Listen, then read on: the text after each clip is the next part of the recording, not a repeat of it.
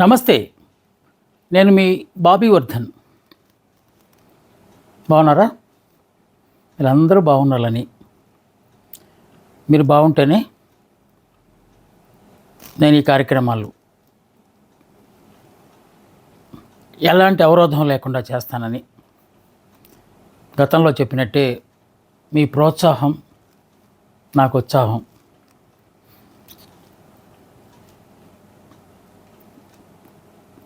Commentary బాక్స్లోకి వెళ్ళబోయే ముందు ఒక చిన్న సూచన. చాలామంది ఈ కార్యక్రమాన్ని చూస్తున్నారు, కానీ కామెంటరీ బాక్స్ని, బీబీసీ వాయిస్ ఛానల్ని ఇంకా కొంతమంది సబ్స్క్రైబ్ చేసుకోవాల్సింది. సబ్స్క్రిప్షన్ చేస్తే నాకేదో ఒరుగుతుందని కాదు, దానివల్ల ఎక్కువ మంది ఈ కార్యక్రమాన్ని చూస్తున్నారని నేను గమనించడానికి మాత్రమే. కామెంట్లు చేయండి. మరి ముఖ్యంగా మీకు ఎలాంటి అంశాలు ఇష్టమో అలాంటి అంశాలను కనుక మీరు సూచనల రూపంలో చేస్తే వాటికి సంబంధించిన కూడా నేను విశ్లేషణ చేయడానికి ప్రయత్నిస్తాను. ఉదాహరణకు, కొంతమంది అమెరికా ఎలక్షన్స్ మీద చేయమన్నారు, అది చేశాను. అలాగే మణిపూర్ మంటలకు కారకులు ఎవరో చేయమని చెప్పారు, దాన్ని కూడా చేశాను. అలాగే ఇంకెవరైనా మరేదైనా సూచన చేస్తే దాన్ని కూడా చేయడానికి ప్రయత్నిస్తాను. వెళ్దామా? All roads leads to Rome అనేది పాత ప్రొవెర్బ్. ఇప్పుడు all roads leads to Amaravati అని అన్వయించుకోవాల్సి వస్తుంది. రాష్ట్రం విడిపోయాక మొట్టమొదటి ముఖ్యమంత్రిగా అత్యంత పాలనాదక్షుడు, 4 దశాబ్దాల అనుభవం ఉన్న వ్యక్తి కొత్త రాష్ట్రానికి ముఖ్యమంత్రిగా వచ్చినప్పుడు చాలామంది చాలా ఆశలు పెట్టుకున్నారు. ఒక అనుభవజ్ఞుడైన నాయకుని చేతిలో రాష్ట్రం పురోభివృద్ధి సాధిస్తుందని భావించారు. రాష్ట్రానికి రాజధాని లేకుండా పోయింది. సో విభజన చట్టంలోనే ఒక వెసులుబాటు కల్పించారు. 10 ఏళ్ల పాటు హైదరాబాద్నే ఉమ్మడి రాజధానిగా కొనసాగించవచ్చు అని. కాకుంటే రాష్ట్రం విడిపోయిన తర్వాత, అంటే సాంకేతికంగా మనకి 10 ఏళ్ల పాటు అక్కడ ఉండే అవకాశం ఉంది, కానీ మానసికంగా అక్కడ ఉంటే మనకి సహకారాలు లభిస్తాయనేది ఒక ప్రశ్నగా మిగిలింది అప్పట్లో. దానికి అనుగుణంగానే అక్కడ మొదటి ముఖ్యమంత్రి అయిన కేసీఆర్, ఉద్యమం ద్వారా తెలంగాణను సాధించుకున్న కేసీఆర్ నాయకత్వంలో ప్రభుత్వం ఏర్పాటైంది. అప్పటి నుంచే మనకు కష్టాలు మొదలయ్యాయి అనేది కొందరి భావన. సహాయ నిరాకరణ ఉద్యమం, మనం ఏది తలపెట్టినా వాళ్ళు దానికి సహకరించకుండా వెళ్తున్నారనేది ఒక అభిప్రాయంగా అప్పుడు వ్యక్తమైంది. అందుకే చంద్రబాబు నాయుడు గారు నిర్మించిన రాజధాని లేకపోయినప్పటికీ మనం వెళ్ళిపోవాల్సిందే అని నిర్ణయం తీసుకున్నారు. ఆ నిర్ణయం మేరకు ఆయన భాషలో చెప్పాలంటే జోలి పట్టుకుని అప్పుల చిప్పతో మనము ఆంధ్రప్రదేశ్కి వచ్చాం. ఇలాంటి రాష్ట్రానికి ఎక్కడున్నా కూడా అభివృద్ధి అనే ఒక మంత్రాన్ని ఉపయోగించే చంద్రబాబు నాయుడు కొత్తగా ఏర్పాటైన రాష్ట్రాన్ని అభివృద్ధి చేయాలంటే దానికి ఎలాంటి అవసరాలు ఉన్నాయి అనేదాన్ని ముందుగా వారు గమనించి గుంటూరు, విజయవాడ ప్రాంతాల్లో ఉన్న అమరావతిని రాష్ట్ర రాజధానిగా చేస్తే బాగుంటుందని నిర్ణయించారు. అనుకున్నదే తడవుగా దాదాపు 25,000 ఎకరాలు సేకరించారు. అది ల్యాండ్ పూలింగా లేకపోతే రైతులే స్వచ్ఛందంగా ఇచ్చారా అనేది అది వేరే విషయం. దాని మీద చాలా దుమారమే రేగింది. ఇంత పెద్ద సాహసం ఆయన చేసి రాజధానిగా అమరావతిని ప్రకటించినప్పుడు కొందరు పెదవి విరిచారు. రకరకాల కమిటీలు రకరకాలుగా చెప్పాయి. ఆ ప్రాంతం రాజధానికి అనువుగా లేదని, అది పంట పొలాలు ఉన్న ప్రాంతం కనుక రాష్ట్రానికి కొంతమేర లాస్ వచ్చే అవకాశం ఉందని, ముఖ్యంగా అది కృష్ణానది పరివాహ ప్రాంతం కావటం వల్ల చిన్న వర్షం పడినా కూడా వరద లాంటి ప్రభావం ఉండే అవకాశం ఉందని చెప్పి శివరామకృష్ణన్ లాంటి మేధావులు సూచనలు చేశారు, తమ నివేదిక ద్వారా తెలియజేశారు. అయినప్పటికీ చంద్రబాబు నాయుడు గారు అంతకంటే అనువైన ప్రాంతం మరెక్కడా లేదు రాష్ట్రంలో అని భావించి దానికి అనుగుణంగానే అడుగులు వేయటం మొదలుపెట్టారు. సరే, ప్రతిపక్షాలు ఊరుకుంటాయా? వామపక్షాలతో సహా ప్రతిపక్షాలు కొంతమందికి, ఒక సామాజిక వర్గానికి మాత్రమే మేలు కూర్చేలాగా, భవిష్యత్తులో రియల్ ఎస్టేట్ బిజినెస్ చేసేలాగా ఈ ప్రయత్నం జరుగుతోంది అని విమర్శలు చేశారు. దానికి ధీటుగానే చంద్రబాబు నాయుడు సమాధానం చెప్పారు. తాను అనుకున్న తర్వాత అది తప్పనిసరిగా నెరవేర్చాల్సిందే అనే ఒక ధ్యేయంతో రకరకాల కన్సల్టెన్సీల ద్వారా అమరావతిలో రాజధాని నిర్మాణం ఎలా ఉంటే బాగుంటుంది, ఆయన ఎప్పుడు అంటూ ఉంటారు, ఒకటి వరల్డ్ క్లాస్ క్యాపిటల్ కావాలి మనకని చెప్పి. హైదరాబాద్ను కూడా ఐటీకి వరల్డ్ క్లాస్ హబ్గా తయారు చేశానని వారు ఎప్పుడు చెప్తూ ఉంటారు. అది వాస్తవం కూడా. రకరకాల ముఖ్యమంత్రులు ఎంతో కొంత చేసినప్పటికీ వారి ఆధ్వర్యంలోనే ఎక్కువ ఐటీ అభివృద్ధి చెందిందనేది కాదనలేని సత్యం. సో అలాగా వారు ఏదైనా ఎంచుకుంటే అది తప్పనిసరిగా నెరవేర్చేలా దానికి అడుగులు వేస్తారని సింగపూర్ నుంచి, జపాన్ నుంచి, ఇంగ్లాండ్ నుంచి రకరకాల కన్సల్టెన్సీని పిలిపించి ఎలా చేస్తే బాగుంటుంది, ఏ విధంగా అయితే బాగుంటుందని చెప్పి ఒక రూపకల్పన చేశారు. ఒక బ్లూ ప్రింట్ తయారు చేశారు అమరావతికి. అమరావతిలో ఎక్కడెక్కడ ఏమేమి ఉండాలి అనే అంశం మీద, అది ఏ రూపంలో ఉండాలి అంటే షేప్తో సహా. గ్రాఫిక్స్ సినిమాలకు ఆద్యుడైన రాజమౌళి గారిని కూడా పిలిపించి ఆయనతో కూడా కొంత కసరత్తు చేయించారు. అప్పుడు ఇంకా ప్రతిపక్షాలు దాన్నే పట్టుకొని విపరీతంగా ట్రోల్ చేశాయి. ఏమి గ్రాఫిక్స్తో చేతిలో స్వర్గం చూపెడుతున్నాడు అయినా అని అలాగా. సరే, మొత్తానికి ఎన్నికలు వచ్చాయి 2019లో. చంద్రబాబు నాయుడు గారు అమరావతి రాజధాని అనే నినాదంతో వెళ్ళారు. జగన్మోహన్ రెడ్డి ఆ మాట స్పష్టంగా చెప్పకపోయినా గతంలో జరిగిన అసెంబ్లీ సమావేశాల్లో తాను కూడా సూత్రప్రాయంగా ఒప్పుకున్నట్టే టీడీపీ భావించింది. సో కాకుంటే అనూహ్యంగా జగన్మోహన్ రెడ్డి 3 రాజధానులు అని ఒక వినూత్నమైన ప్రకటన చేశారు. ఆ 3 రాజధానులు అనేవి ప్రపంచంలో ఎక్కడైనా ఉన్నాయా? మన దేశంలో మరే రాష్ట్రంలోనైనా ఉన్నాయా? కాకపోయినప్పటికీ తాను ఏం చేసినా సరే అది ఒక చారిత్రాత్మకంగా ఉండాలి, చాలా తరాల తరబడి దాని గురించి మాట్లాడుకోవాలి అనే ఒక ఉద్దేశంతో ఆయన మూడు చేశారు. శాసన రాజధానిగా అమరావతిని, న్యాయ రాజధానిగా కర్నూలు, ఇక అసలు రాజధానిగా విశాఖపట్నాన్ని, ఈ 3 ప్రాంతాలను ఆయన ఒక డిఫెన్స్ కూడా ఆ అంశానికి సంబంధించి చేశారు. ఏంటి, గతంలో ఒక ప్రాంతం మాత్రమే అభివృద్ధి చెందడంతో మనం పేదవాళ్ళం అయిపోయాము, మనం ఆ రాష్ట్రాన్ని పోగొట్టుకున్నాము. ఇప్పుడు కూడా అదే జరిగితే ఇంబ్యాలెన్స్ ఉంటుంది డెవలప్మెంట్లో. సో అన్ని ప్రాంతాలు సమానంగా ఉండాలనే ఉద్దేశంతో నేను రాయలసీమకు న్యాయ దక్షిణ కోస్తాకు శాసనాది, ఇక్కడ సెక్రటరియట్ లాంటిది ఇక్కడ చేయాలి, విశాఖపట్నంలో చేయాలి, తద్వారా 3 ప్రాంతాలు అభివృద్ధి చెందుతాయి అనేది వారి వాదన. అదే అంశానికి సంబంధించి ఆయన ఎన్నికలకు వెళ్ళారు. అనూహ్యంగా పెద్ద మెజారిటీతోనే గెలిచారు. అంటే వారు అనుకున్నది ఏంటంటే 3 ముక్కలాట, అదే టీడీపీ భాషలో చెప్పాలంటే 3 ముక్కలాట. ఈ 3 రాజధానుల అంశానికి ప్రజలు అంగీకారం తెలిపారు అని వారు భ్రమించారు. సో రాజధాని రైతులు ఉద్యమం చేపట్టారు. 5 ఏళ్ల పాటు ఆ ఉద్యమం కొనసాగిస్తూనే ఉన్నారు. ఇక్కడే రాజధాని ఏర్పాటు చేయాలి, జగన్మోహన్ రెడ్డి కక్షతో ఇదంతా చేస్తున్నారు.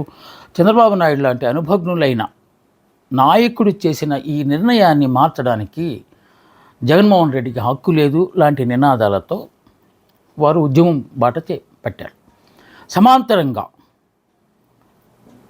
ఇక్కడే రాజధాని నిర్మించాలనే ఉంది.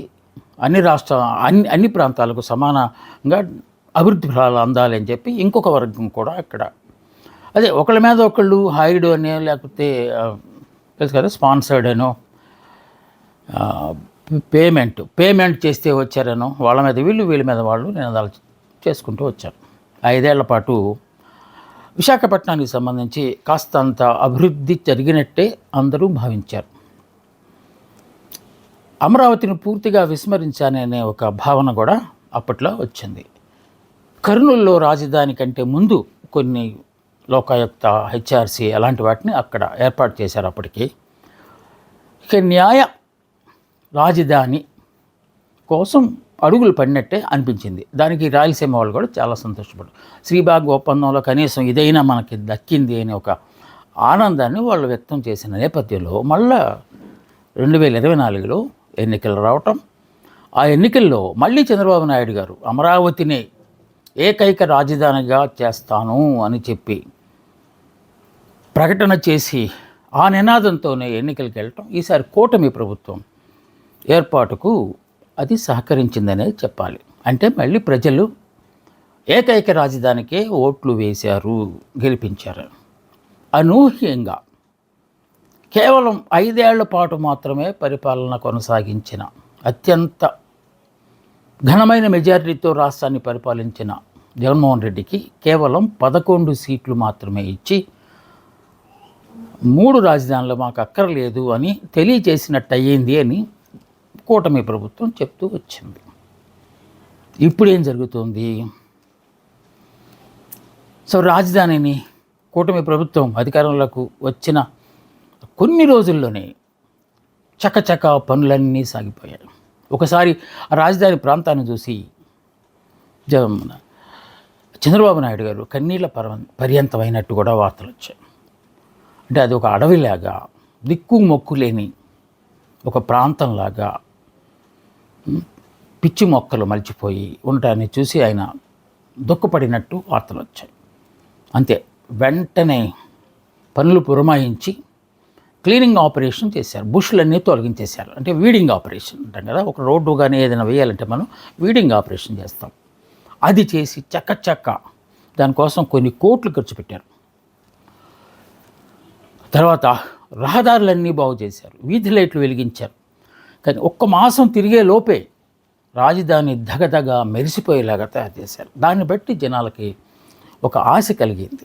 చంద్రబాబు నాయుడు అనుకుంటే ఏదైనా చేయగలరు, ఇదే. కానీ దురదృష్టవశాత్తు వెంటనే ప్రకృతి విపత్తు వచ్చింది, వరదలు వచ్చాయి. ఆ వరదల పనిలో పడిపోయి అప్పుడు కూడా మళ్ళీ విమర్శలు వచ్చాయి. వరదలు వచ్చినప్పుడు బుడమేరు పొంగి వరదలు వచ్చినప్పుడు అమరావతి కూడా కొంతవరకు దెబ్బతిన్నది, అమరావతి నీళ్ళలో మునిగిపోయింది అని చెప్పి కొన్ని వార్తాపత్రికలు, అలాంటిదేమీ లేదని కొన్ని వార్తాపత్రికలు అంటున్న నేపథ్యంలో ఐఐటి హైదరాబాద్ నుంచి నిపుణులను రప్పించి ఇప్పటికే తాత్కాలికంగా నిర్మించిన, ఇది వారన్నమాట, తాత్కాలికంగా నిర్మించిన సెక్రటరియట్ లేకపోతే హైకోర్టు ఇలాంటి భవనాలు, లేకపోతే సగంలో ఆగిపోయిన భవనాలు పటిష్టత ఎలా ఉందో తెలుసుకోవాలని చెప్పి ఐఐటి హైదరాబాద్ వాళ్ళను చంద్రబాబు నాయుడు గారు రిక్వెస్ట్ చేస్తే వాళ్ళు చెప్పి కొంతకాలం తర్వాత పటిష్టంగానే ఉన్నది అని వాళ్ళు నివేదిక ఇచ్చినట్టు కూటమి ప్రభుత్వం ప్రకటించింది. అయితే పడవల్లో వెళ్ళిన వాళ్ళు పడవల్లో వెళ్ళి బిల్డింగుల తాలూకు పటిష్టతను ఎలా చూశారు అని చెప్పి యువతల వర్గం వాదించడం అనేది సహజంగా జరిగేది. ఇదంతా అయిపోయింది. గట్టిగా నిర్ణయం తీసుకున్నారు. రాజధాని నిర్మాణానికి సహకారాలు అందించవలసిందిగా కేంద్ర ప్రభుత్వాన్ని, ఇప్పుడు ఎందుకంటే ఎన్డీఏలో భాగస్వామి కనుక చంద్రబాబు నాయుడు గారికి అడిగే ధైర్యం ఉంది, అర్హత ఉంది. దానికి పైనుంచి అనుమతి కూడా లభించినట్టు కనిపిస్తుంది. అంతవరకు బాగానే ఉంది. ఇప్పుడు జరుగుతున్న చర్చ ఏంటంటే అమరావతి రాజధాని పేరుతో ఏ ప్రాజెక్టునైనా అమరావతికి తరలిస్తున్నారు అనేది ఒక విమర్శ వస్తుంది. ముఖ్యంగా ఇప్పటికే కర్నూలులో ఉన్న హెచ్ఆర్సి ఆఫీస్ కానీ, లోకాయుక్త కానీ, సిబిఐ ఆఫీస్ కానీ, ఆర్బిఐ బ్రాంచ్ కానీ, వీటన్నిటినీ అమరావతి వైపే తీసుకురావటం ఆల్రెడీ నిర్ణయం తీసుకున్నారు. అవి చకచక జరిగిపోతున్నాయి ఆల్రెడీ. ఇక్కడే కొంత విమర్శలు ఎదుర్కొనే అవకాశం. రాయలసీమలో అప్పుడే రాయలసీమ అభివృద్ధి ఫోరం అనే పేరుతో ఒక ఫోరం ఏర్పాటయ్యి దీన్ని తీవ్రంగా వ్యతిరేకించాయి. శ్రీబాగ్ ఒప్పందం ప్రకారం రాజధానిగా కర్నూలులే ఉండాల్సింది పోయి న్యాయ రాజధాని ఇస్తానని గత ప్రభుత్వం హామీ ఇస్తే ఆ హామీని తొంగలో తొక్కి ఇప్పుడు ఉన్న దాన్ని కూడా తీసుకుని వెళ్ళిపోయారు అని వాళ్ళు ఉద్యమ బాట పట్టినట్టే కనిపిస్తుంది. 1-2 రోజులు వాళ్ళు అలా చేశారు. ఏంటేంటివి అన్నీ అక్కడి నుంచి ఒకవేళ ఎక్కడెక్కడన్న ప్రాంతాల్లో ఉంటే వాటిని మళ్ళీ అమరావతికి రప్పించాలి. దానిలో కొంత వాస్తవం ఉండొచ్చు, లేకపోతే అది నిజంగానే జరగాల్సి ఉంది. ఎందుకంటే ఒక రాజధాని అన్న తర్వాత రాజధానిలో అన్ని సకల సౌకర్యాలు ఉండాలి అనేది కూడా ఒక వాదన. కాకుంటే ఇతర ప్రాంతాల అభివృద్ధిని పణంగా పెట్టి అన్ని కార్యాలయాలు లేకపోతే ప్రాజెక్టులు అక్కడికే తీసుకెళ్ళటం అనేది ఎంతవరకు సమంజసం అనేది కూడా ఒక వాదన జరుగుతుంది. ఎయిమ్స్ రాయలసీమకు వస్తే ఎయిమ్స్ను కూడా మళ్ళా అమరావతికి తీసుకురావాలని చంద్రబాబు నాయుడు గారు నిర్ణయించారు. గోల్ఫ్ అకాడమీ అది ఇప్పటికే విశాఖపట్నంలో గోల్ఫ్కు సంబంధించి ఒక విస్తారమైన ఒక అకాడమీ కాదు కానీ మంచి ఏర్పాట్లు ఉన్నాయి ఇక్కడ. అది కాదని గోల్ఫ్ అకాడమీని కూడా అమరావతికి తీసుకెళ్తానని నిర్ణయం తీసుకున్నారు. అలాగే విశాఖపట్నంలో ఇప్పటికే హెల్త్ సిటీ ఉంది. దానికి సంబంధించి రాజశేఖర రెడ్డి గారు అప్పట్లో ఒక నిర్ణయం తీసుకున్నారు. అది ఒక హబ్ రాష్ట్రం మొత్తానికి కలిపి సూపర్ స్పెషాలిటీ హాస్పిటల్స్ అన్నీ అక్కడే ఉండాలి అనే ఉద్దేశంతో అది కొంతవరకు సక్సెస్ అయింది. చాలా పెద్ద ఆసుపత్రులు అక్కడ నిర్మాణం చేపట్టాయి, పూర్తయ్యాయి, పనిచేస్తున్నాయి. ఇప్పుడు హెల్త్ సిటీ కూడా అక్కడికే అమరావతికే అని చెప్పి వారు చెప్పడం అనేది కొంతవరకు విమర్శలకు తావిస్తోంది. అలాగే స్పోర్ట్స్ సిటీ కూడా సింధు లేకపోతే ఇంకా మిగతా వాళ్ళ గోపిచంద్ ఇలాంటి వాళ్ళకి స్థలం ఇచ్చి తద్వారా స్పోర్ట్స్ని అభివృద్ధి చేయడానికి అకాడమీని ఏర్పాటు చేస్తే బాగుంటుంది అని చెప్పి, అంటే గోల్ఫ్ ఒకటి అలా కాకుండా మిగతా స్పోర్ట్స్ని కూడా చేస్తే బాగుంటుందనే ఉద్దేశంతో వారిని పిలిపించి మాట్లాడారు. దాన్ని కూడా స్పోర్ట్స్ సిటీ కూడా అమరావతిలోనే రావాలి అని చెప్పి ఒక నిర్ణయం. గతంలో చంద్రబాబు నాయుడు పాలనలో కానీ జగన్మోహన్ రెడ్డి పాలనలో కానీ పార్ట్నర్షిప్ సమ్మిట్లు జరిగినప్పుడు అంటే పెట్టుబడులను ఆకర్షించేందుకు దేశ విదేశాల నుంచి అనేక మంది పెట్టుబడిదారులు రావటం, పెద్ద సంస్థలు రావటం, దాంట్లో ఒప్పందాలు కుదుర్చుకోవటం, కొన్నాళ్ళ తర్వాత వాటిని సఫలీకృతం చేయటం అనేది ఆనవాయితీగా వస్తుంది. అది చాలా కాలం విశాఖపట్నంలోనే జరిగింది. అటు చంద్రబాబు నాయుడు గారి పాలనలో కానీ ఆ తర్వాత వచ్చిన జగన్మోహన్ రెడ్డి గారి పాలనలో కానీ అది విశాఖపట్నంలోనే జరిగింది. చాలా ఒప్పందాలు చేసుకున్నాం, లక్షల కోట్లకు ఒప్పందాలు కుదిరాయి. ఈసారి పార్ట్నర్షిప్ సమ్మిట్ను విశాఖపట్నంలో కాకుండా అమరావతి విజయవాడ పరిసర ప్రాంతాల్లోనే దాన్ని ఏర్పాటు చేశారు. అప్పటికే కొంత విమర్శ వచ్చింది. అన్ని సకల సౌకర్యాలు ఉన్న విశాఖపట్నాన్ని పూర్తిగా విస్మరిస్తున్నారు, అమరావతి వైపే అన్ని అడుగులు వేస్తున్నారు, అందుకే పార్ట్నర్షిప్ సమ్మిట్ కూడా అక్కడే నిర్మించారు అని చెప్పి ఏర్పాటు చేశారు అని చెప్పి అప్పట్లో ఒక వాదన కూడా వచ్చింది. ముఖ్యంగా ఎయిమ్స్ ఒకటి, అలాగే కడపలో జగన్మోహన్ రెడ్డి ప్రారంభించిన అంటే శంకుస్థాపన చేసిన స్టీల్ ప్లాంట్ను కూడా పట్టించుకోనక్కర్లేదు అనే ధోరణిలో కూటమి ప్రభుత్వం ఉందని, అది కేవలం జగన్మోహన్ రెడ్డి గారు ప్రారంభించారు గనక, అది ఆయన ఆలోచన గనక మనం దాన్ని అంతగా పట్టించుకోవాల్సిన అవసరం లేదు అనే భావనతో వారు ఉన్నారనే విమర్శ కూడా వచ్చింది. సో ఒక్కొక్కటి అటు రాయలసీమ నుంచి ఇటు ఉత్తరాంధ్ర నుంచి ఒక్కొక్కటి అటువైపు తరలిపోతే మళ్ళీ పాత పరిస్థితి వచ్చే అవకాశం లేదా అని అటు ఏ పార్టీలకు సంబంధం లేదు, రాజకీయేతర మేధావులు అంటున్న దానిలో కొంత వాస్తవం ఉందేమో అనిపిస్తుంది. పునర్విభజన చట్టంలో కూడా ఒక మాట చెప్పారు, రాయలసీమలో కొన్ని జిల్లాలు, ఉత్తరాంధ్రలో 2 జిల్లాలు పూర్తిగా వెనకబడిపోయినాయి అని. సో వెనకబడిపోయిన జిల్లాలను అభివృద్ధి చేయటం అనేది సహజంగా ఎన్నుకున్న ప్రభుత్వాలు లేకపోతే పాలన చేస్తున్న ప్రభుత్వాలు తీసుకోవాల్సిన ఒక నిర్ణయం. కానీ దానికి భిన్నంగా అంతా అమరావతి వైపే అన్నట్టుగా సాగుతున్న ఈ ధోరణి ఏ వైపు దారితీస్తుందో అనేది ఇంకొక ప్రధానమైన అంశం ఏంటంటే, ఇప్పటికీ ఉత్తరాంధ్ర అనగానే గుర్తొచ్చేది, విశాఖపట్నం అంటే గుర్తొచ్చేది స్టీల్ ప్లాంట్. ఎంతో కష్టపడి ఎన్నో ఉద్యమాలు చేసి ప్రాణత్యాగాలు చేసి రైతులందరూ స్థలాలు ఇచ్చి సాధించుకున్న స్టీల్ ప్లాంట్ ఎన్నాళ్ళు గొప్పగా నడుచుకుంటూ వచ్చి దేశంలోనే ఒక మకుటంగా నిలిచిన స్టీల్ ప్లాంట్ని ప్రైవేటీకరణ చేయాలని భారతీయ జనతా పార్టీ నేతృత్వంలోని ఎన్డీఏ ప్రభుత్వం నిర్ణయించటం అనేది ఒక దుర్మార్గ చర్యగా అందరూ అభివర్ణిస్తున్నారు. తదనుగుణంగానే ఉద్యమం బాట పెట్టారు కార్మికులు, నిరాశ్రయులు అయిపోయిన రైతు కుటుంబాలు, వీళ్ళంతా చాలా కాలం నుంచి ఉద్యమం చేస్తున్నారు. ఒక అడుగు ముందుకి 6 అడుగులు వెనక్కి అన్నట్టు ఈ స్టీల్ ప్లాంట్ సమస్య అలాగే ఉంది. సాక్షాత్తు స్టీల్ మంత్రి మన రాష్ట్రం నుంచి వెళ్ళినా కూడా అప్పుడప్పుడు రకరకాల స్టేట్మెంట్లు వస్తున్నాయి. వర్మ గారు చెప్పింది ఏంటంటే అది సహాయ మంత్రి స్టీల్కి, ఆయన చెప్పింది ఏంటంటే ఇప్పటికే విధాన నిర్ణయం తీసుకున్నారు కనుక అది అమలు కాకపోవచ్చు, స్టీల్ ప్లాంట్ ప్రైవేటీకరణ ఆగకపోవచ్చు అని ఆయన చెప్తున్నారు. ఇక steel plant steel minister Kumaraswamy వారు చెప్పడం ఏంటంటే ఎట్టి పరిస్థితుల్లో ప్రైవేటీకరణ చేయం, ఇది వచ్చేస్తుంది మనకి, మేము దాన్ని ప్రభుత్వ ఆధీనంలో నడిపిస్తాము అని చెప్పి ఆయన హామీ ఇచ్చారు. ఏది వాస్తవం అనేది తెలుసుకోలేని పరిస్థితి. చంద్రబాబు నాయుడు గారు కూడా సలహా ఇచ్చారు, మన ప్రధానికి సహాయం కోరారు స్టీల్ ప్లాంట్ని అలాగే ఉంచండి అని చెప్పి, కానీ అది జరిగేలాగా అనిపించట్లేదు. ఇప్పుడు రాజధాని వస్తుంది అనుకున్న విశాఖపట్నానికి ఉన్న స్టీల్ ప్లాంట్ కూడా పోతే మళ్ళా పేదరికమే, మళ్ళా వలసలే. వలసలకు ఈ ప్రాంతం ఒకప్పుడు పెట్టింది పేరు, ఇప్పుడే కాస్త అభివృద్ధి చెందుతుంది. అంటే అభివృద్ధి అంటే కేవలం విశాఖపట్నానికి సంబంధించింది అది, ఇక శ్రీకాకుళం విజయనగరాలకు సంబంధించిన అభివృద్ధి కాదు. కొంతలో కొంత మేలు ఏంటంటే అది ఎప్పుడో తీసుకున్న నిర్ణయం, అంటే జగన్మోహన్ రెడ్డి గారి పాలనలో తీసుకున్న నిర్ణయము.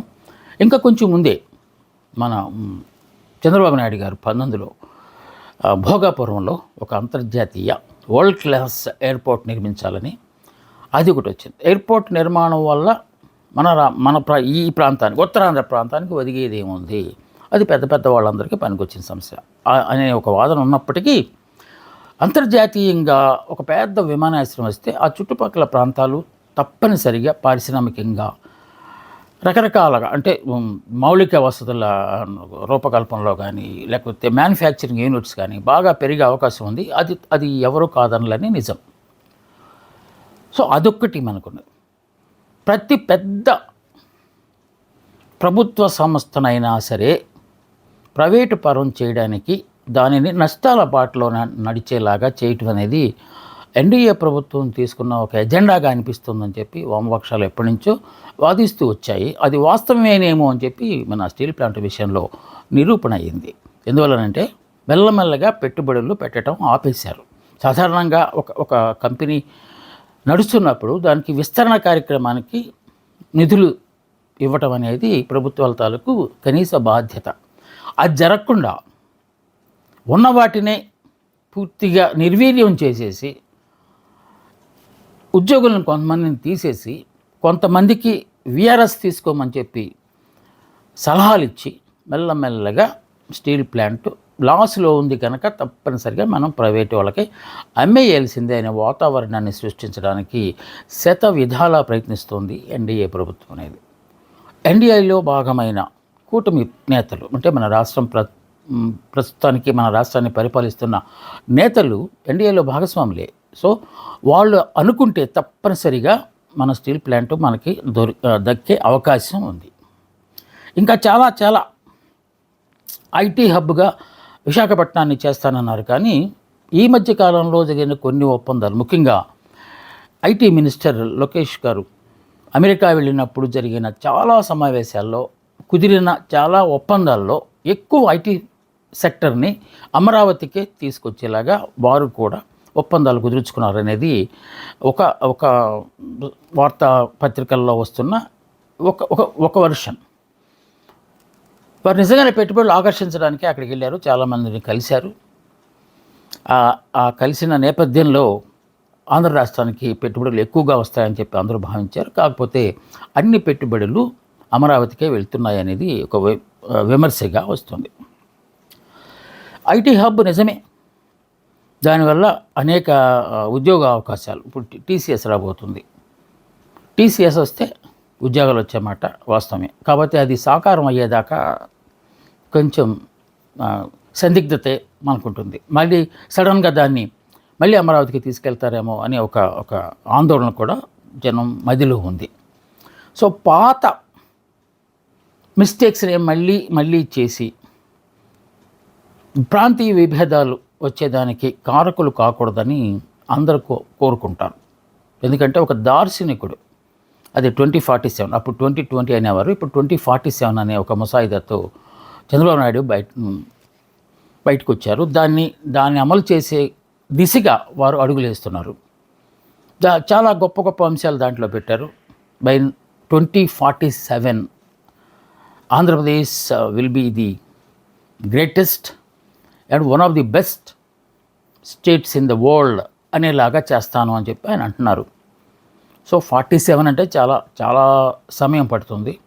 ఈలోపు ఎలాంటి నష్టం జరగకుండా హైదరాబాద్ నుంచి మనం వారు చెప్పిన భాషలో జోలి పట్టుకుని ఇక్కడికి వచ్చిన పరిస్థితి ఇక్కడ కూడా మరికొన్ని ప్రాంతాలకు రాకుండా ఉండాలి అంటే ఈ సమతౌల్యం అనేది అభివృద్ధిలో జరగాల్సిన అవసరం ఉంది. మీకు తెలుసు, సంక్షేమము అభివృద్ధి రెండు కళ్ళుగా వెళ్తున్న మీరు దేనిని పణంగా పెట్టి ఒక ప్రాంతానికే అభివృద్ధి చేయకుండా ఉంటారని, తద్వారా ప్రజల మనసును గెలుచుకుని అమరావతిని అందరూ గర్వించేలాగా ఒక గొప్ప రాజధానిగా రూపకల్పన చేస్తారని జనాలందరూ అనుకుంటున్నారు. అంతవరకు అభ్యంతరం లేనే లేదు. కానీ అటు రాయలసీమ కానీ ఇటు ఉత్తరాంధ్ర కానీ వాటి అభివృద్ధిని మాత్రం విస్మరించకుండా ఉంటే ఇప్పుడు ఈ అపవాదు, ఇది all roads leads to Amaravati అనే అపవాదు లేకుండా పోతుందని చెప్పి కూటమి నేతలు